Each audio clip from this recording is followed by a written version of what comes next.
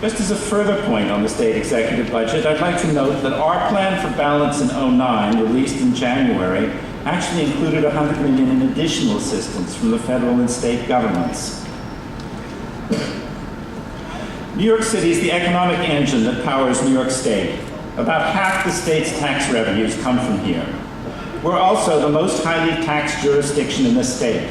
We tax ourselves to pay for the services our residents, businesses, and visitors require. But even at that, the state's better at taxing us than we are.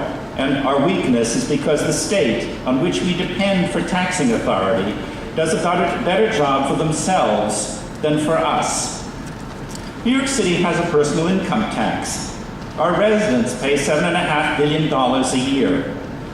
People who earn their money here but aren't residents don't pay our income tax. If they did, we'd have $6.5 billion per year more tax revenue to pay for city services. Those people do, however, pay New York State income taxes, $12 billion annually. The state income tax looks at where the money is earned, not where the person resides. The state collects its income tax even on individuals resident in New Jersey or Connecticut, if they work here. The state tax structure works in ways ours does not, even as it taxes our economy.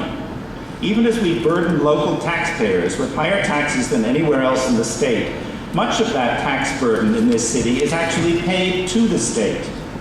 We must have our fair share of state support back from them. Last year, the state revised its business income tax to collect substantially more from large financial institutions, most of which are located in the city and are a vital part of our economy. This year, another iteration of technical changes in the state tax law promises to give the state substantial revenue from those large financial institutions